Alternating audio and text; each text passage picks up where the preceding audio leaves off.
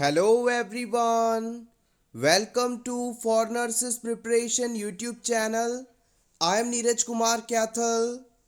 Today is 26 February 2022 and today's important MCQs for upcoming nursing recruitment exams are: first question. A 15 years old who ingested 15 tablets of maximum strength acetaminophen 45 minutes ago is rushed to emergency department. Which of these orders should the nurse do first? 15 साल के किसी बच्चे ने paracetamol की 15 tablets एक साथ खा ली हैं और इस घटना को करीब 45 मिनट्स हो चुके हैं। इस सिचुएशन में जब ये पेशेंट इमरजेंसी डिपार्टमेंट में आपके पास आता है तो सबसे पहले आप क्या करेंगे?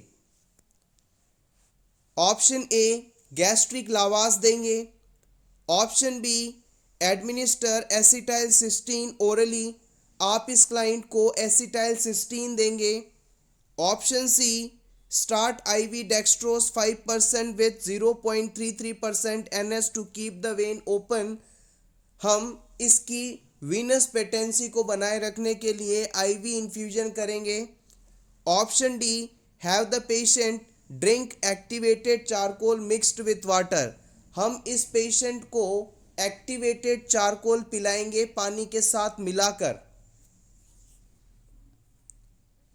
अपना आंसर सेलेक्ट करने से पहले याद रखिएगा फर्स्ट एक्शन यहाँ पर आपको सेलेक्ट करना है। सबसे पहले आप क्या करेंगे?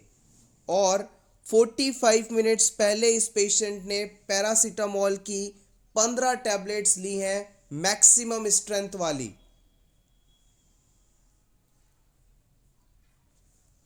The right answer is option ए। हम इस पर्सन को गैस्ट्रिक लावास देंगे। गैस्ट्रिक लावास एक ऐसा प्रोसीजर है जिसमें पेशेंट के स्टमक तक एक ट्यूब को इंसर्ट किया जाता है और फिर यहाँ पर इस ट्यूब से कुछ लिक्विड या फ्लूइड डाला जाता है, फिर उसे वापस एस्पायरेट किया जाता है। ऐसा करने से स्टमक में मौजूद जो भी पैरासीटामोल कंटेंट है वो सारा स्टमक से बाहर आ जाएगा और पर्सन में फर्दर टॉक्सिसिटी होने की स्थिति नहीं बनेगी। सिंपली हम कहें तो गैस्ट्रिक लावास का मतलब है स्टमक को क्लीन करना, स्टमक को वॉश आउट करना। आइए इससे जुड़े कुछ और इम्पोर्टेंट पॉइंट्स को भी डिस्कस कर लें। इम्पोर्टेंट है, acetaminophen overdose is extremely toxic to liver causing hepatotoxicity। जब भी कोई पर्सन एसिटामिनोफेन यानी कि पैरासीटामोल नॉर्मल से ज़्यादा मात्रा में खा ले, ओवरडोज कर ले, तो इस सिचुएशन में इस मेडिसिन के द्वारा सबसे ज़्यादा लीवर को प्रभावित किया जाता है। हम कह सकते हैं कि ये मेडिसिन हिपैटोटॉक्सिसिटी कॉज करती हैं, लीवर को डैमेज करती हैं। Early symptoms of hepatic damage include nausea, vomiting, abdominal pain and diarrhoea. इस ड्रग की हेपेटिक टॉक्सिसिटी होने पर पेशेंट को नोजिया, वॉमिटिंग, एब्डोमिनल पेन और डायरिया जैसे सिम्टम्स शुरुआती स्टेज में देखने को मिलते हैं। If not treated immediately, hepatic necrosis occurs and it may lead to death। अगर आपने इस टॉक्सिसिटी के इन अर्ली सिम्टम्स को नज़रअंदाज किया तो फाइनली लीवर की सेल्स डेथ हो सकती हैं, यानी हिपैटिक नेक्रोसिस हो सकता है और लीवर के डैमेज होने के साथ ही पर्सन की डेथ तक हो सकती है। Removing as much of drug as possible is the first step in treatment of acetaminophen overdose. This is best done through gastric lavage. Poisoning के इस केस के ट्रीटमेंट का सबसे पहला स्टेप होगा कि जितनी भी मेडिसिन इस पर्सन ने इंजेस्ट की है ज़्यादा से ज़्यादा उसे स्टमक से जल्दी बाहर निकाल लिया जाए, और इसी प्रोसीजर में गैस्ट्रिक लावास किया जाता है। Gastric lavage and aspiration consist of flushing the stomach with fluids and then aspirating the fluid back out। हमने इस प्रोसेस को डिस्कस किया था जिसमें स्टमक में फ्लूइड डाला जाता है और उसे फिर एस्पायरेट करके बाहर निकाल दिया जाता है। ऐसा करके स्टमक वॉश आउट हो जाता है। This procedure is done in life-threatening cases such as acetaminophen toxicity and only if less than 1 hour has occurred after ingestion। देखिएगा, गैस्ट्रिक लावास एसिटामिनोफेन टॉक्सिसिटी होने पर अगर 1 घंटे से कम समय हुआ है टैबलेट्स को लिए तो बहुत ही इफ़ेक्टिव होगा। अगर इससे ज़्यादा समय हो चुका है तो इस ट्रीटमेंट की इफ़ेक्टिवनेस कुछ कम होगी। The oral formulation of acetylcysteine is the drug of choice for the treatment of acetaminophen overdose but should be done after GI decontamination with activated charcoal। देखिएगा, ऑप्शन में जो 4 चीज़ें बताई गई थी चारों ही ट्रीटमेंट के लिए इस्तेमाल की जाएंगी, लेकिन सबसे पहले हमें पेशेंट में गैस्ट्रिक लावास करना होगा। और हम ये बात बहुत ही अच्छे से जानते हैं कि पैरासीटामोल की पॉइजनिंग होने पर ड्रग ऑफ चॉइस के रूप में एसिटाइलसिस्टीन का इस्तेमाल किया जाता है। तो सबसे पहले हम गैस्ट्रिक लावास देंगे ताकि मैक्सिमम ड्रग को बॉडी से बाहर निकाल दिया जाए। उसके बाद हम पर्सन को यूनिवर्सल एंटीडोट, जिसे आप एक्टिवेटेड चारकोल के नाम से जानते हैं, इसे दिया जाएगा ताकि ड्रग का एब्जॉर्प्शन कम से कम हो पाए। और इसे देने के कुछ समय बाद हम एसिटाइलसिस्टीन का इंजेक्शन करेंगे, जो कि एक ड्रग ऑफ चॉइस के रूप में देखा जाता है। Liver damage is minimized by giving acetylcysteine, the antidote of acetaminophen. Acetylcysteine को आप म्यूकोमिस्ट के नाम से भी जानते हैं और ये लीवर डैमेज को मिनिमाइज करने का काम करेगा। When given within 8 hours of acetaminophen toxicity, acetylcysteine is effective in preventing severe liver injury। अगर पॉइजनिंग के 8 घंटे के अंदर अंदर आपने पेशेंट को एसिटाइलसिस्टीन दे दिया तो ये इफ़ेक्टिवली काम कर पाएगा और पर्सन में होने वाले लीवर डैमेज को रोक देगा। अगर 8 घंटे से ज़्यादा समय हो गया, 8 घंटे से ज़्यादा समय हो गया, तब इस ड्रग की इफ़ेक्टिवनेस इतनी नहीं रहेगी। इट इज़ एडमिनिस्टर्ड ओरली और इंट्रावीनसली। याद रखिएगा, एसिटाइलसिस्टीन को आप ओरल रूट से या आईवी रूट से, दोनों से ही एडमिनिस्टर कर सकते हैं। Intermittent IV infusion with dextrose 5% may be considered for late presenting of chronic ingestion। Dextrose IV route से देना ट्रीटमेंट में लेट ऑप्शन माना जाता है। Oral activated charcoal avidly absorb the acetaminophen and may be administered if the patient presents within 1 hour after ingestion of potentially toxic dose। देखिएगा, अगर person को paracetamol tablets लिए हुए 1 घंटे से ज़्यादा का समय हो चुका है तो उसमें हम गैस्ट्रिक लावास को देने से बेहतर है कि सीधे ही पर्सन को हम एक्टिवेटेड चारकोल दें, जो कि इसके एब्जॉर्प्शन को मिनिमाइज कर देगा और इफ़ेक्टिव माना जाएगा। Charcoal should not be administered immediately before or with antidote since it cause effectively absorb it and neutralize the benefits। देखिएगा, एसिटाइलसिस्टीन जैसे ही आप दें पेशेंट को तो उसके तुरंत बाद कभी भी एक्टिवेटेड चारकोल ना दें, क्योंकि ये एन एसिटाइलसिस्टीन को एब्जॉर्ब कर लेगा और इसके इफेक्ट्स को आने नहीं देगा।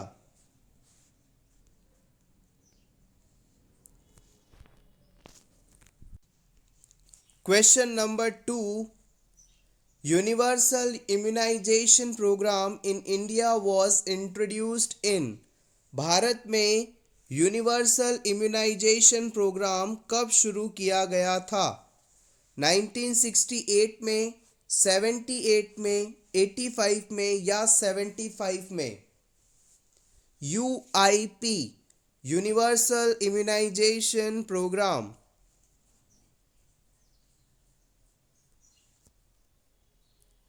The right answer is option C. 1985 में भारत में यूनिवर्सल इम्यूनाइजेशन प्रोग्राम शुरू किया गया था। आइए इसके बारे में कुछ और पॉइंट्स जान लें। The immunization program in India was introduced in 1978 as the expanded program of immunization by Ministry of Health and Family Welfare, Government of India। Bharat में इम्यूनाइजेशन प्रोग्राम सबसे पहले 1978 में शुरू किया गया था। उस समय इसे एक्सपेंडेड प्रोग्राम ऑफ इम्यूनाइजेशन के नाम से जाना जाता था और इसे गवर्नमेंट ऑफ इंडिया की ministry of health and family welfare द्वारा लॉन्च किया गया था। In 1985, the program was modified as Universal Immunization Program to be implemented in phased manner to cover all the districts in country by 1989 to 90, with the one of largest health programs in the world। देखिएगा, पहले भारत में expanded programme of immunisation चल रहा था जो कि एक बहुत ही लिमिटेड ज्योग्राफिकल एरिया तक सीमित था।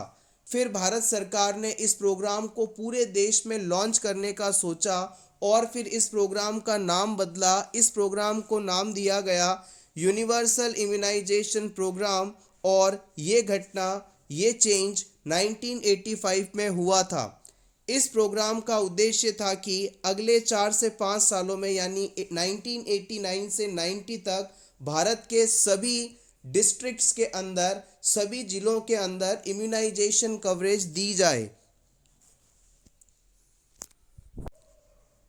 Question number 3, in children suspected to have a diagnosis of diabetes, which one of the following complaints would be most likely to prompt parents to take their school age child for evaluation?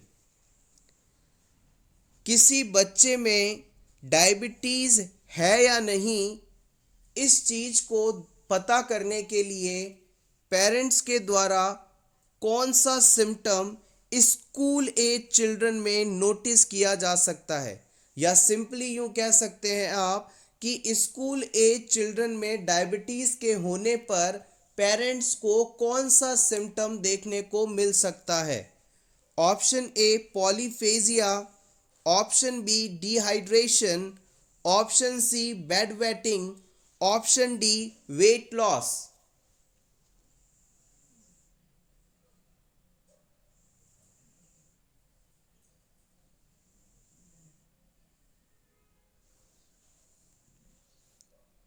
The right answer is option C.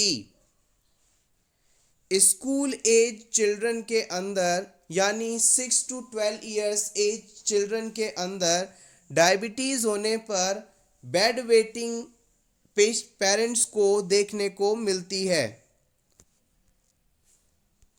One of the first symptoms of type 1 diabetes in children is bed wetting. Bed wetting in a school age child is readily detected by parents. Type 1 diabetes, जिसे आप insulin dependent diabetes mellitus के नाम से जानते हैं, ये होने पर पेरेंट्स के द्वारा बच्चों में बेड वेटिंग एक इम्पॉर्टेंट फाइंडिंग के रूप में देखी जाती है। Polyphagia or extreme hunger is one of the most common symptoms of diabetes both among adults and children.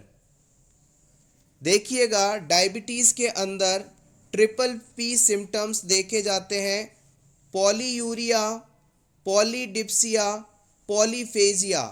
यानी पर्सन को बहुत ज़्यादा प्यास लगती है, बहुत ज़्यादा भूख लगती है और बहुत ही ज़्यादा यूरिन आउटपुट देखा जाता है। अगर पर्सन में पॉलीफेजिया है यानी बहुत ज़्यादा भूख लग रही है तो इस प्रकार के पर्सन में ये सिम्टम मोस्टली अडल्ट और चिल्ड्रंस में देखा जाता है। Dehydration is not common symptom of type 1 diabetes but it can be one of the many complication. Dehydration type 1 diabetes mellitus का सिम्टम नहीं है, लेकिन एज अ कॉम्प्लिकेशन कुछ बच्चों में ये देखा जा सकता है। Unintentional weight loss would develop gradually in child with type 1 diabetes. Type 1 diabetes में बच्चे का वजन धीरे धीरे कम होने लगता है, ना कि अचानक। Question number 4, postural hypertension is. आपको बताना है कि एग्जैक्टली पोस्चुरल हाइपरटेंशन का क्या मीनिंग होता है। Option A, drop in systolic pressure less than 10 mmHg when patient changes position from lying to sitting. Person जब बेड पर लेटा हुआ है और लेटी हुई पोजीशन से उठकर बैठता है, सिटिंग पोजीशन में आता है, तो इस पेशेंट का सिस्टोलिक ब्लड प्रेशर अगर 10 mmHg से कम हो जाए तो ये कंडीशन पोस्चुरल हाइपोटेंशन कहलाती है। या फिर option B, drop in systolic pressure greater than 10 mmHg when patient change position from lying to sitting. Person lying position से सिटिंग पोजीशन में शिफ्ट हो उस समय सिस्टोलिक प्रेशर 10 mmHg से ज़्यादा कम हो। या फिर option C, drop in diastolic pressure less than 10 mm of Hg when patient changes position lying to sitting। Person lying से सिटिंग पोजीशन में शिफ्ट हो उस समय डायस्टोलिक प्रेशर 10 mmHg से कम हो जाए। Option D, drop in diastolic pressure greater than 10 mm of Hg when the patient changes position from lying to sitting। Patient के lying से यानी लेटी हुई मुद्रा से बैठने की मुद्रा पर आने पर अगर डायस्टोलिक प्रेशर 10 mmHg से ज़्यादा कम हो जाए तो ये कंडीशन पोस्चुरल हाइपरटेंशन कहलाती है। थोड़ा सा कॉम्प्लेक्स है, बट अगर आपको इसका बेस कॉन्सेप्ट पता है तो आपके लिए लैंग्वेज कोई टिपिकल नहीं, इजी क्वेश्चन है। The right answer is option B. देखिएगा, जब भी कोई पर्सन बिस्तर पर लेटा हुआ है और अचानक से उठकर खड़ा हो जाए या बेड पर ही बैठ जाए तो इसकी इस पोजीशन चेंज पर यानी लाइंग पोजीशन से सिटिंग पोजीशन में आने पर इसका blood pressure, specially systolic blood pressure 10 mmHg से ज़्यादा कम हो जाए तो ये कंडीशन पोस्चुरल हाइपरटेंशन के नाम से जानी जाती है। आइए इसके बारे में और जान लें। ऑर्थोस्टैटिक और postural hypotension means hypotension drop in systolic pressure greater than 10 mm of Hg occurring when a person assumes an upright position after getting up from bed or chair। Postural hypotension को आप orthostatic hypotension के नाम से भी जानते हैं और ये वो घटना है जिसमें पर्सन अपनी पोजीशन को लाइंग डाउन या सिटिंग से अचानक स्टैंड अप या सिटिंग में कन्वर्ट करे और ऐसा करते ही अपर बीपी यानी सिस्टोलिक ब्लड प्रेशर 10 mmHg से ज़्यादा अचानक कम हो जाए। It may occur due to dehydration and hypovolemia caused by side effects of antihypertensive medicines like loop diuretics, example furosemide। देखिएगा, ये बहुत ही इम्पॉर्टेंट लाइन है। प्रीवियस एग्जाम में इस चीज़ को कॉन्सेप्ट बनाकर कई बार क्वेश्चन पूछे गए हैं। आपको एग्जामिनर ये कहेगा कि एक पर्सन को एंटी हाइपरटेंसिव मेडिसिन चल रही है और इस पर्सन को अचानक से बेड से उठना पड़ता है, तो ऐसा होने पर इसमें किस सावधानी का रखना आवश्यक है। तो हम जानते हैं कि अगर पेशेंट एंटी हाइपरटेंसिव मेडिसिन ले रहा है, यानी ऐसी मेडिसिन ले रहा है जो पेशेंट के ब्लड प्रेशर को ऑलरेडी कम कर रही है और वो लाइंग पोजीशन से सिटिंग पोजीशन में आएगा, तो उसका बीपी और कम होगा और ऐसा होने पर उसे वर्टिगो आ सकता है, चक्कर आ सकता है, वो नीचे गिर सकता है। तो हमें यहाँ पर सावधानी ये रखनी होगी कि जब भी पर्सन बेड से उठे उसे थोड़ी देर बेड पर बैठे रहना है ताकि उसका बीपी नॉर्मल हो जाए और फिर धीरे से वो खड़ा हो सकता है। ऐसा करने से उसे चक्कर नहीं आएंगे, गिरेगा नहीं। बेसिकली कहे तो पोस्चुरल हाइपोटेंशन वाली फिनोमिना नहीं होगी। आप चाहे तो इसका स्क्रीनशॉट ले सकते हैं, इंपॉर्टेंट है। Question number 5, a client has been taking imipramine for his depression for 2 days. His sister asked the nurse why he is still so depressed. Which of the following responses by the nurse most appropriate?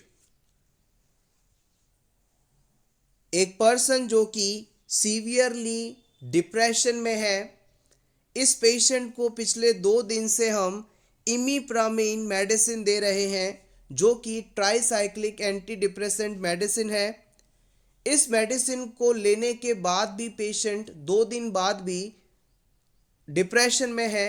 ये सब देखकर इस patient की sister आपसे पूछती है कि 2 दिनों से लगातार दवा लेने के बाद भी मेरा भाई अभी तक डिप्रेशन में क्यों है।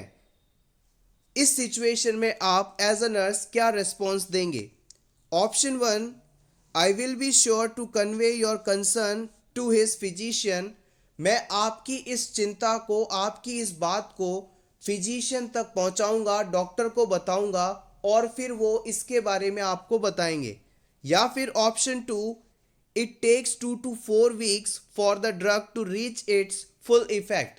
आप कहेंगे कि इस दवा को अपना असर दिखाने के लिए कम से कम 2 से 4 सप्ताह का समय लगता है, यानी लगभग आधा से 1 महीने बाद पर्सन का डिप्रेशन ठीक होगा। या फिर option 3, perhaps we need to change this medication. आप कहेंगे कि शायद हमें ये मेडिसिन बदलने की ज़रूरत है। What is the actual right response from the nurse in this concern?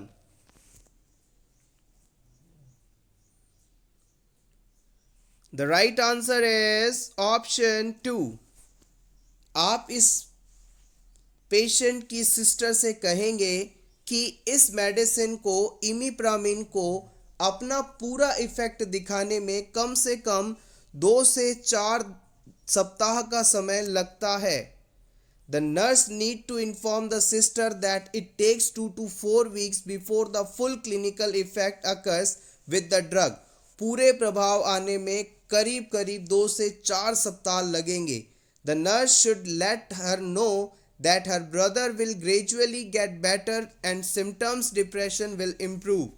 इस दवा के प्रभाव की वजह से धीरे धीरे सिम्टम सबसाइड हो जाएंगे और पर्सन रिलीफ महसूस करेगा। Question number 6.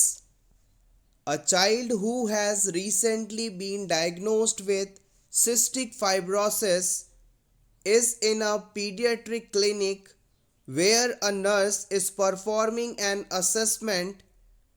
Which latter finding of this disease would the nurse not expect to see at this time? एक बच्चा जिसे रिसेंटली सिस्टिक फाइब्रोसिस डायग्नोज हुआ है, ये पीडियाट्रिक क्लिनिक में एडमिट है। एज अ नर्स आप इस बच्चे का असेसमेंट परफॉर्म कर रहे हैं। आपको इन चारों ऑप्शंस में से उस फाइंडिंग को सेलेक्ट करना है जो सिस्टिक फाइब्रोसिस डिजीज़ होने के बाद लेटर स्टेज में देखने को मिलती है, यानी कि शुरुआती दौर में आपको ये फाइंडिंग देखने को नहीं मिलेगी, उसे आपको सेलेक्ट करना है। Option A positive sweat test, option B bulky greasy stool, option C moist productive cough, option D meconium iliacus.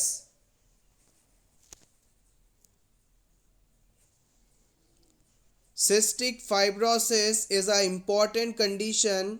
Previous exams में कई बार यहाँ से क्वेश्चन इस टॉपिक से पूछे गए हैं।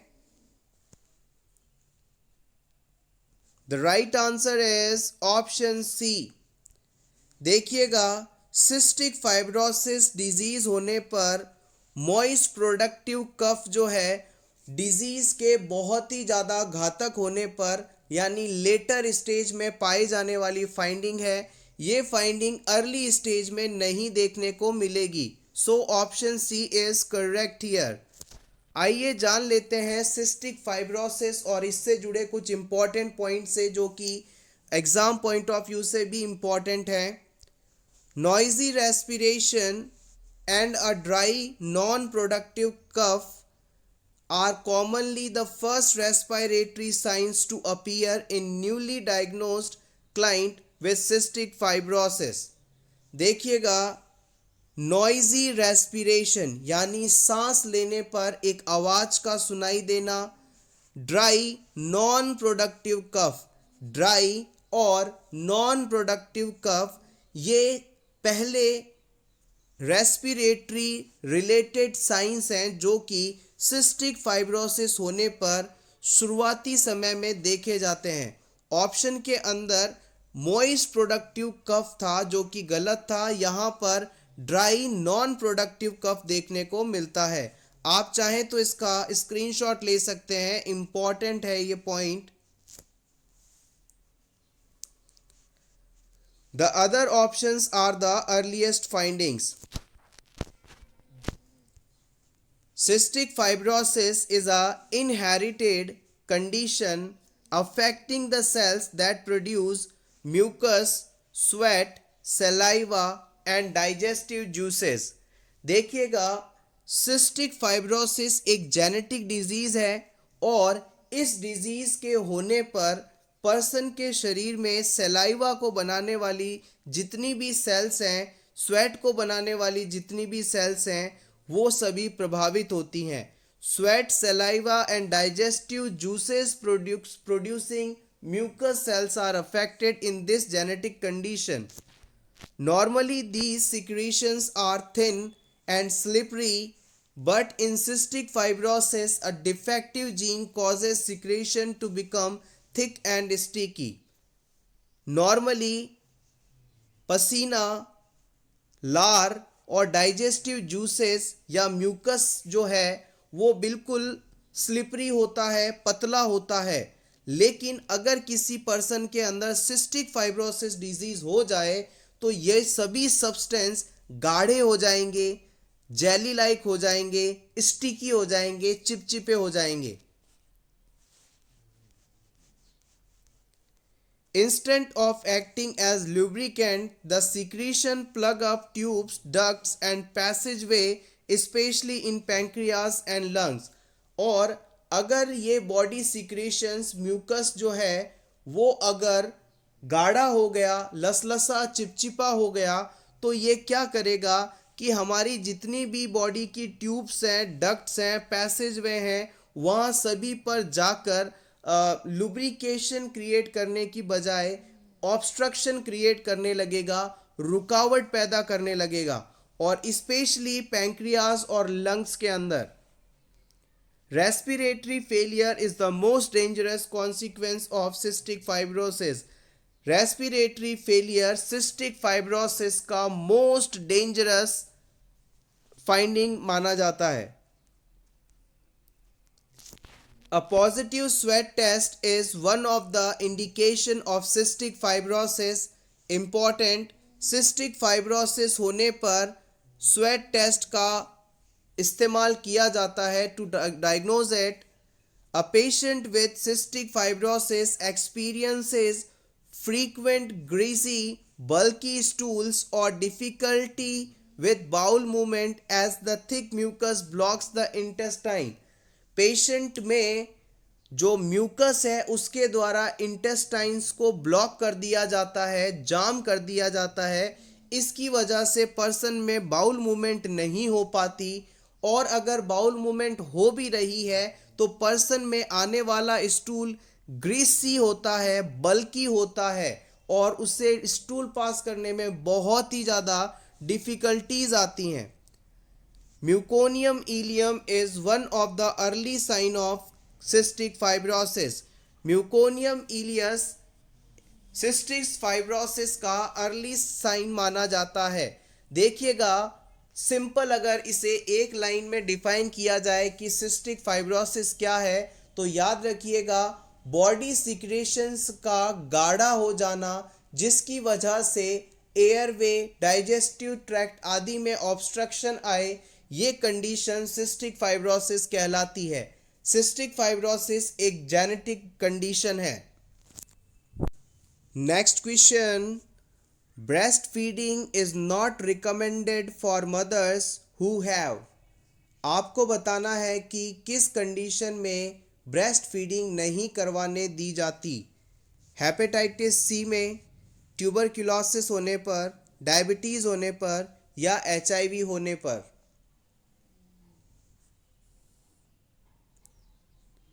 The right answer is option D. HIV AIDS होने पर मदर को हम ब्रेस्ट फीडिंग नहीं करवाने के लिए कहते हैं, बिकॉज ब्रेस्ट मिल्क के थ्रू इस डिजीज़ का ट्रांसमिशन हो सकता है। Question number 9, identify the calcium channel blockers from the following. आपको इन चारों ऑप्शंस में से कैल्शियम चैनल ब्लॉकर का एग्जाम्पल कौन सा है उसे सेलेक्ट करना है। Nifedipine, atenolol, Lasix, mannitol.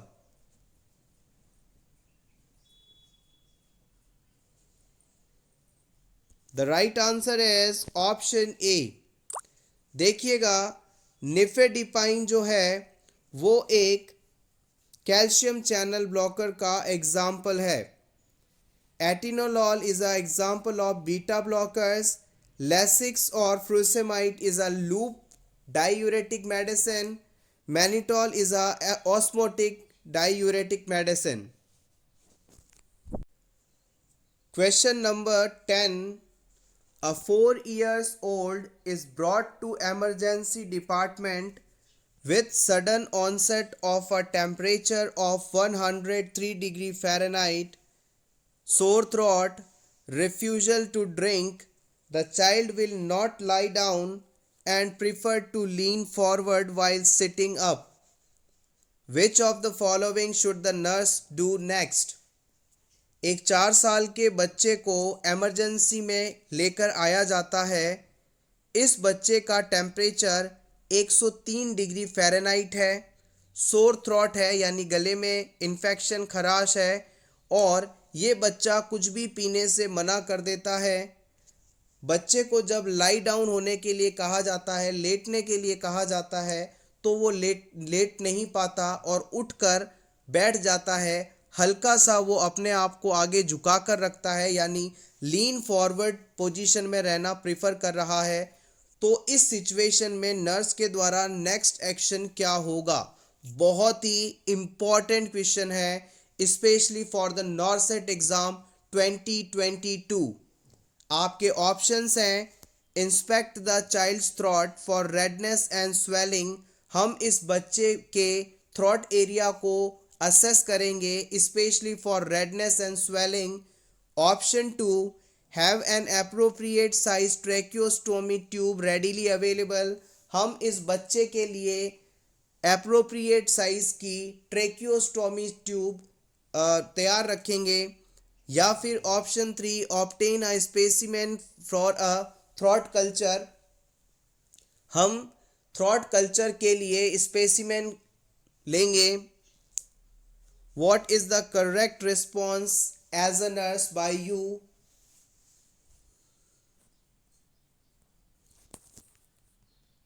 The right answer is option 1। इस सिचुएशन में हमारा सबसे पहला एक्शन होगा कि अगर बच्चा लेट नहीं रहा है, खुद को हल्का आगे लीन फॉरवर्ड रख रहा है, तो ज़रूर उसके रेस्पिरेटरी एयरवे में, रेस्पिरेटरी ट्रैक्ट में कहीं ना कहीं किसी प्रकार की कोई प्रॉब्लम है। इस वजह से रेस्पिरेशन रूट को असेस करना ज़रूरी है। The child is exhibiting signs and symptoms of possibly epiglottitis। देखिएगा, हो सकता है इस बच्चे को एपिग्लोटाइटिस हो रहा हो। एपिग्लॉटिस वह कार्टिलेज है जो कि हमारे एयरवे को प्रिवेंट करता है। इस एयरवे में एयर के अलावा कोई भी सब्सटेंस नहीं जाने देता। अगर इस एपिग्लॉटिस के अंदर इन्फ्लामेशन हो जाए तो ये कंडीशन एपिग्लोटाइटिस कहलाती है, और इस एपिग्लॉटिस की इन्फ्लामेशन के कारण पूरा एयरवे ऑब्स्ट्रक्ट हो सकता है, यानी पर्सन सांस नहीं ले पाएगा। ये एक मेडिकल इमरजेंसी है। As a result, the child is at high risk for laryngospasm and airway occlusion। Epiglottitis के कारण बच्चे में लैरिंगोस्पाज्म हो सकते हैं, उसका एयरवे ऑब्स्ट्रक्ट हो सकता है। Therefore, the nurse should have tracheostomy tube and setup readily available should the child experiencing airway occlusion। इस बच्चे के लिए ट्रेकियोस्टोमी ट्यूब को रेडी रखना चाहिए और इमरजेंसी के सभी इक्विपमेंट्स तैयार रखने चाहिए, specially for the airway obstruction.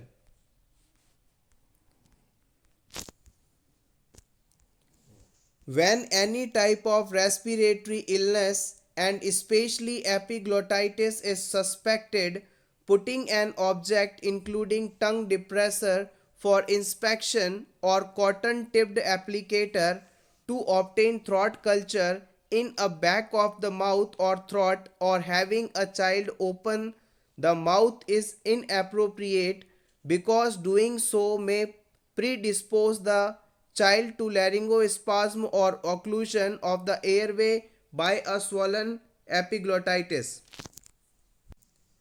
देखिएगा, एपिग्लोटाइटिस स्टेट में बच्चा अगर है, उसे सस्पेक्ट है कि ऐसा हो सकता है इस बच्चे में, तो कभी भी आप किसी भी तरह का कोई भी इक्विपमेंट पर्सन के बच्चे के माउथ में, थ्रॉट में नहीं रखेंगे, चाहे वो थ्रॉट एरिया को विजुअलाइज करने के लिए टंग डिप्रेसर हो या उस एरिया में कल्चर लेने के लिए कॉटन टिप्ड एप्लीकेटर हो, क्योंकि जैसे ही आप इस एरिया को टच करेंगे तो हो सकता है उस जगह पर लैरिंगोस्पाज्म आए और इसके कारण एयरवे का ऑब्स्ट्रक्शन हो सकता है और सिचुएशन और भी ज़्यादा क्रिटिकल हो सकती है। तो सिंपली अगर बच्चा लीन फॉरवर्ड पोजीशन में रह रहा है, सिटिंग विथ लीन फॉरवर्ड में है, तो मतलब कि उसके रेस्पिरेशन रिलेटेड वे में किसी प्रकार की दिक्कत है। हमें जितना हो सके सिंपली बिना किसी इक्विपमेंट को उसे विजुअलाइज करना है और फिर ट्रैकियोस्टोमी ट्यूब को अवेलेबल रखते हुए इसे पूरी केयर देनी है। आप चाहें तो इसका स्क्रीनशॉट ले सकते हैं, इंपॉर्टेंट है। Next question, Which among the following is a example of filamentous bacteria? आपको इन चारों में से उस बैक्टीरिया टाइप को सेलेक्ट करना है जो कि फिलामेंटस बैक्टीरिया का उदाहरण हो। फिलामेंटस का मतलब है कि ऐसे बैक्टीरिया जिनमें फिलामेंट्स मौजूद होते हैं। Option A mycoplasma, spirochaete, actinomycin या फिर वाइब्रियोस।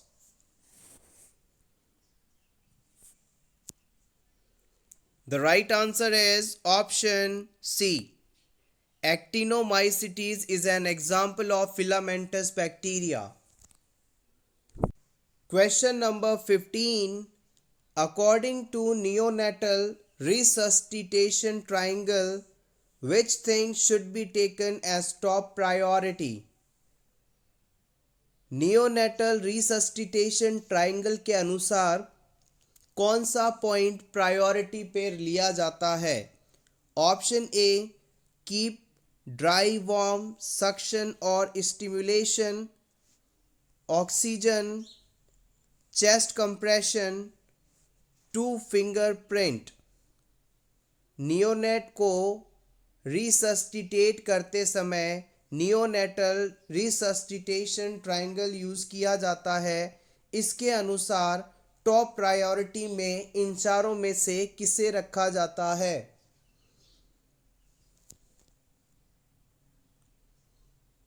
The right answer is option A.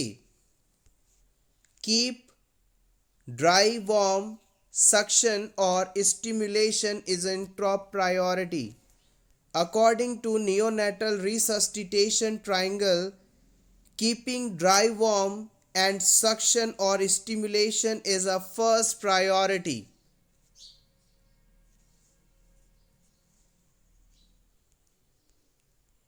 Question number 16.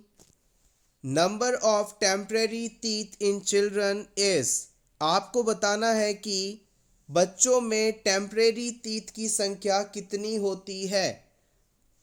12, 20, 16, 14।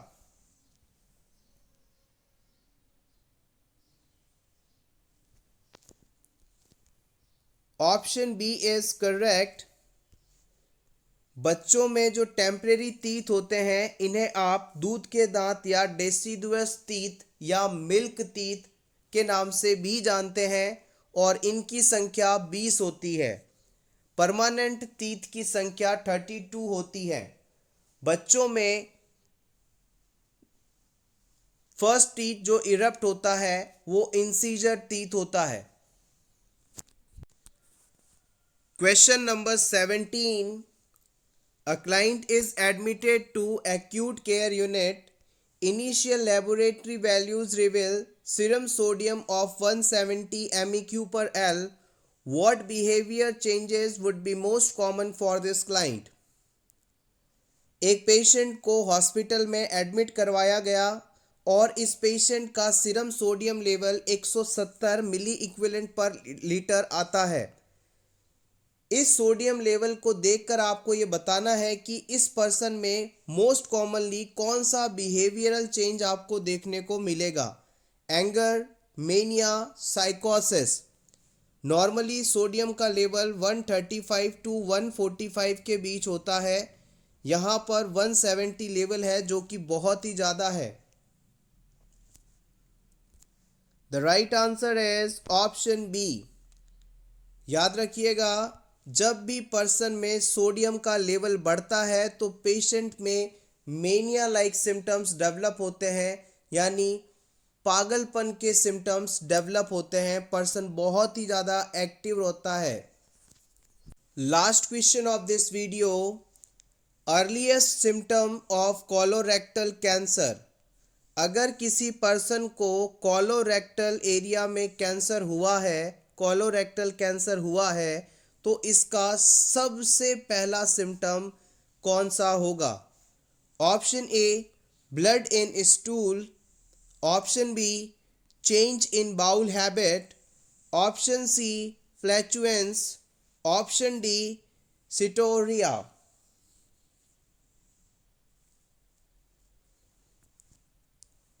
The right answer is option B. जब भी पर्सन में कोलोरेक्टल कैंसर होता है तो सबसे पहले पर्सन के बाउल हैबिट में चेंजेस आते हैं, यानी पर्सन का जो स्टूल पास करने का समय है वो निश्चित नहीं रह पाता, इसमें बदलाव देखने को मिलते हैं। Option B is correct here. Thank you so much everyone for watching this complete video.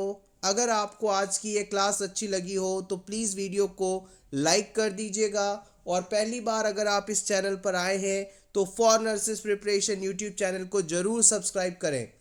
Thanks a lot and best of luck.